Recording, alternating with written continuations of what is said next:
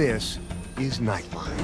Tonight, the NXIVM sex cult. Its leader known for branding his followers. I had to say, Master, would you brand me? It would be an honor. We hear from former members and a top deputy, now out of prison, sharing explosive new details. It's a story of extortion, it's a story of fear, it's a story of sexual abuse, emotional abuse. There were punishments, like a extended cold shower, or planks, or standing in the snow at 3 a.m. What they're saying now.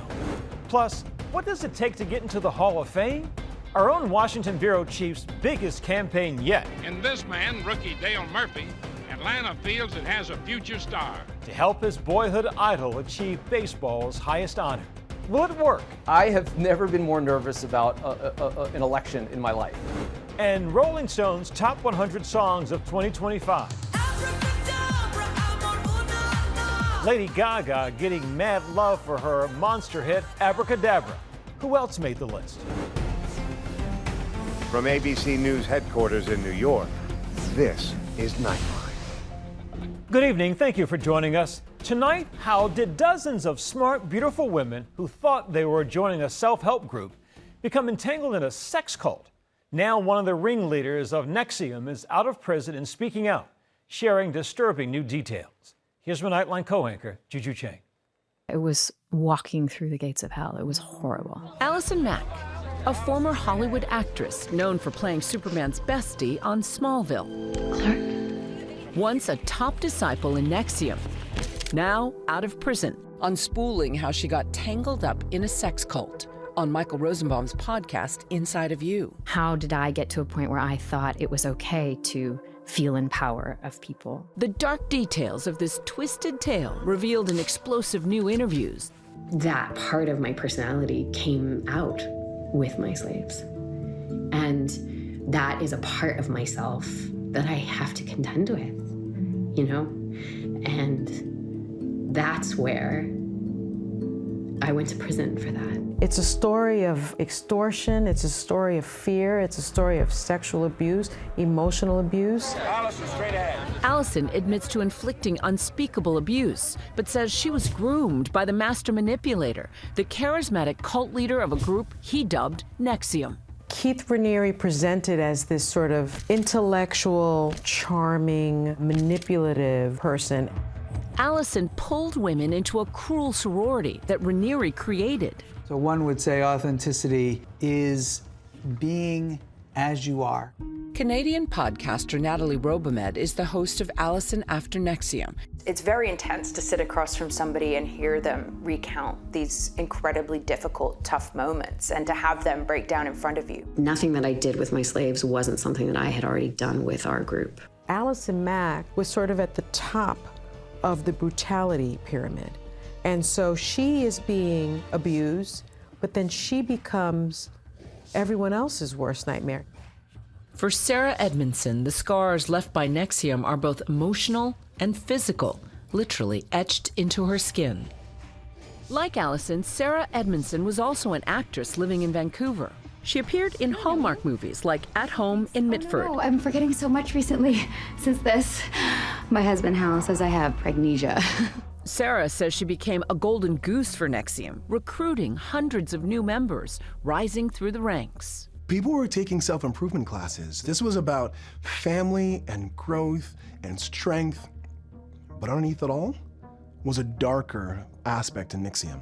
For Allison, her journey from Hollywood to prison began when she went to a weekend retreat for NXIVM, later flying to Albany to meet the group's enigmatic leader, Keith Raniere. I'm an interesting person, I'm a controversial person, but most importantly, I'm an unconventional person. He claimed to be the world's most intelligent man, a fantastic concert pianist, a wonderful volleyball player. He also claimed to be celibate. Many of those claims would turn out not to be true. After Smallville finished its 10-season run, she left the West Coast and moved permanently to Albany, near NXIVM's headquarters. But I was so hell-bent on the fact that I was up and I needed to be fixed, and that this was the place I was going to get fixed. Allison herself was in what she thought was a consenting sexual relationship with Keith from about 2015 to 2016. He was having sex with her every day under the guise of it being energy work and it being a way to deal with her insecurities. Sarah and her husband Nippy, both former NXIVM members, now live in Georgia with their 2 kids. But both she and Allison say they were recruited into a depraved sorority within NXIVM called DOS, which stood for Dominus Obsequium Sororium. Raniere coined the term, claiming it was Latin for master over the slave women. Keith Raniere controlled all of these women by extortion, by learning their deepest, darkest secrets, not only their secrets, but the secrets of their family members, of their friends. So-called masters like Mac, punishing and controlling women they called their slaves. There were punishments, and they were both physical and mental, and sometimes the physical punishments, like a extended cold shower, or planks, or standing in the snow at 3 a.m. Sarah says she never had sex with Keith, but some women in the group, like Allison Mack, were coerced to become Raniere's sex slaves. As part of that, Allison ended up having threesomes. What the am I doing? Like, this feels so weird. But again, in my head, I'm like, it's just because you're so limited in your ability to love, you know? Sarah says as part of DOS, she was drawn into the most excruciating ordeal at a top-secret initiation ceremony at a house outside Albany. Let us in blindfolded and sat us in a semicircle, buck naked, no clothes, on a sheepskin rug. Sarah says she thought they were getting tattoos. Instead, she says, she was branded. Imagine a hot laser dragged across your flesh for 30 minutes without anesthetic. It really was just this sick fantasy of Keith Raniere that he would be permanently on their bodies for life. In total, 20 to 30 women in DOS were branded, including Allison Mack. I had to say, Master, would you brand me? It would be an honor. After Sarah's husband, Nippy, saw that she'd been branded, the facade of a self-help group shattered. He knew something sinister was happening. I was like, wait, what? Branding people with... And so I heard that, and my whole body had kind of that rush of adrenaline in your stomach, and I felt, oh God, we've been conned. Sarah says her husband urged her to file a complaint in July of 2017 with the New York State Department of Health. The story became front-page news. At the same time, a massive criminal investigation was launched. Keith Raniere found the walls were closing in on him as he quickly fled to Mexico. NXIVM's reign of abuse would finally end in March 2018. That's Allison in the black tank top as Raniere was arrested by Mexican authorities and extradited. This video of that moment leaked online. Keith Raniere is charged with a litany of crimes: racketeering, conspiracy, money laundering, wire fraud, sex trafficking, extortion, obstruction of justice, just to name a few. Allison was also charged with an array of crimes, including racketeering, in a superseding indictment. She later pled guilty and was sentenced to 3 years in prison, serving 21 months. After a 6-week-long trial, a jury convicted Keith Raniere on 7 federal charges, including sex trafficking, racketeering, and possession of child pornography. His sentence, a crushing 120 years in prison. I hope that his victims can take some solace in the fact that he's gonna be away for the rest of his life. Sarah has built a life beyond the shadow of NXIVM, helping countless others break the spell of master manipulators in the way she broke free from Keith Raniere. I just always thought he was a little schlubby and kind of gross. And now I think he's what we all know him to be, a sociopathic, sex-addicted, narcissistic douche. Our thanks to Juju. For much more on this story, watch Impact by Nightline, Under a Spell, now streaming on Disney Plus and Hulu. And when we come back, ABC Washington Bureau Chief Rick Klein waging his own campaign to get his boyhood idol into the Baseball Hall of Fame. After the break.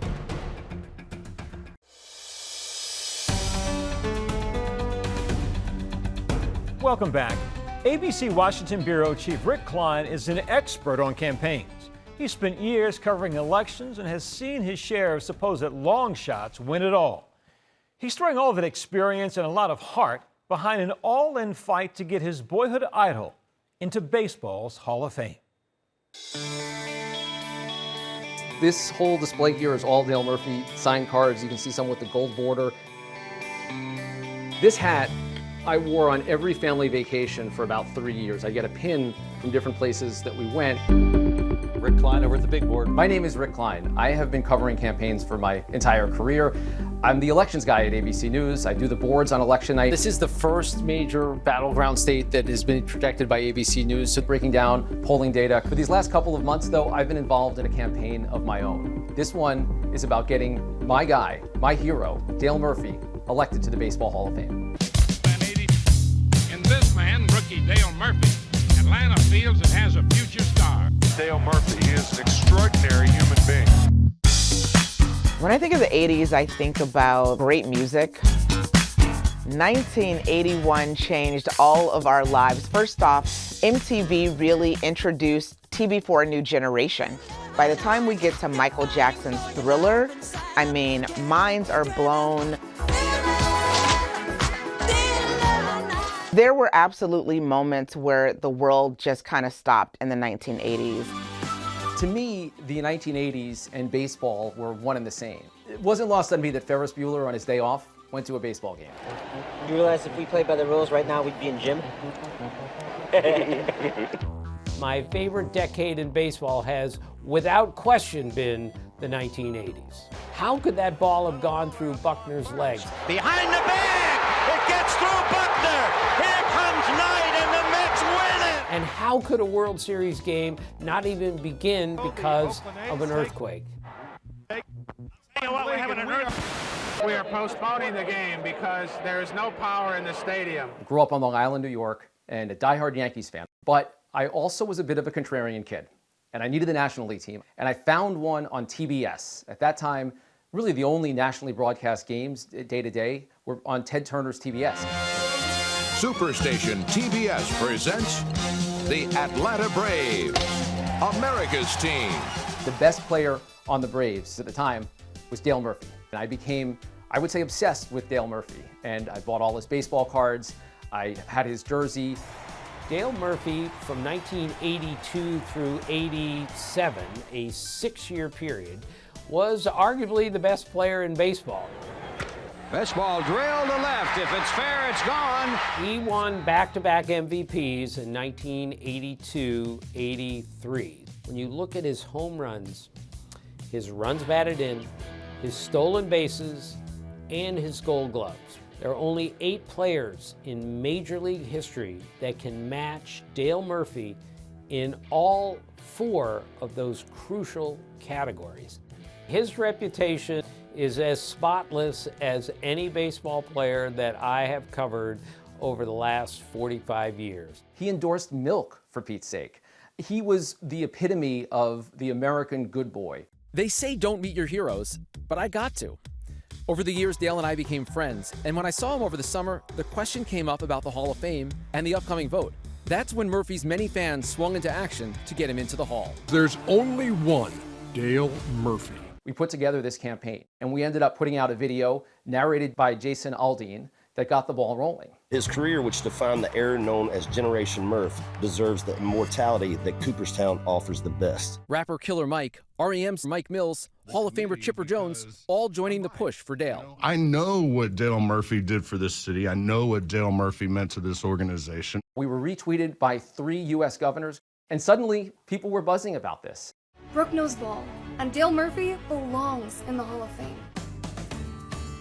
I'm cautiously optimistic. Yeah. I think that's the best way to put it, and grateful for this effort to support the fact that I'm on that ballot again. We're so grateful to this group of fans who have put this kind of a campaign together. Dale touched so many with his play on the field, but off the field, he had a pretty important job too.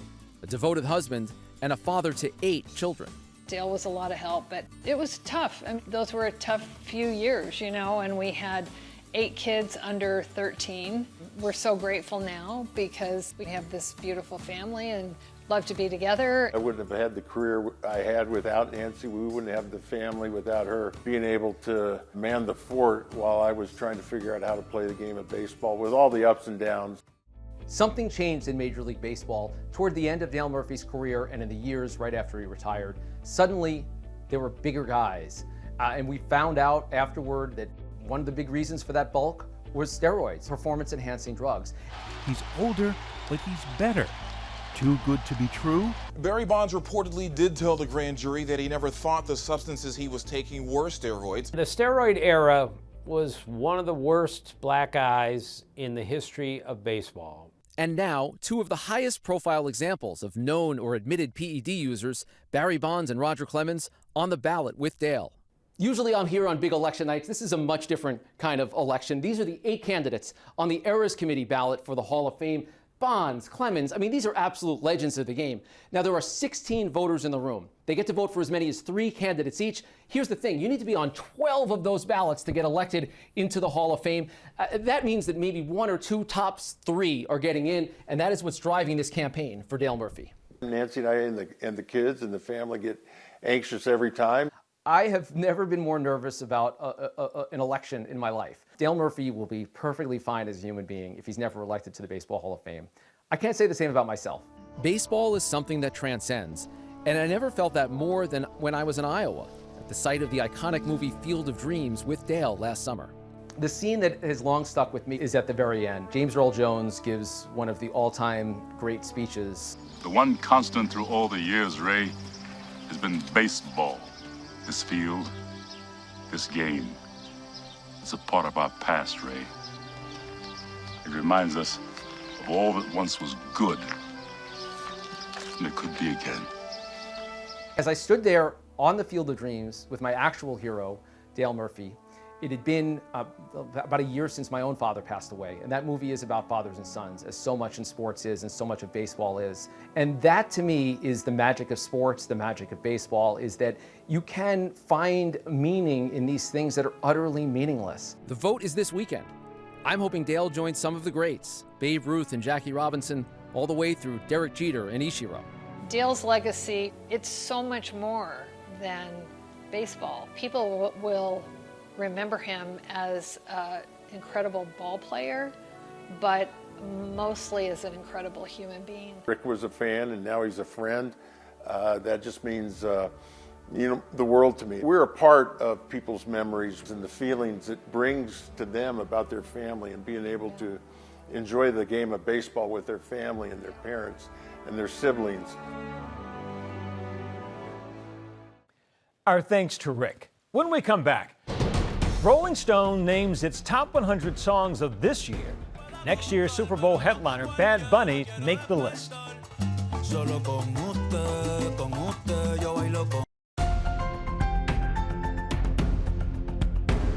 And finally this evening, this year's top 100 songs, so says Rolling Stone. It's tonight, Nightline. The rock magazine giving top honors to Lady Gaga for her monster hit Abracadabra. Super Bowl 2026 headliner Bad Bunny also making the top 5.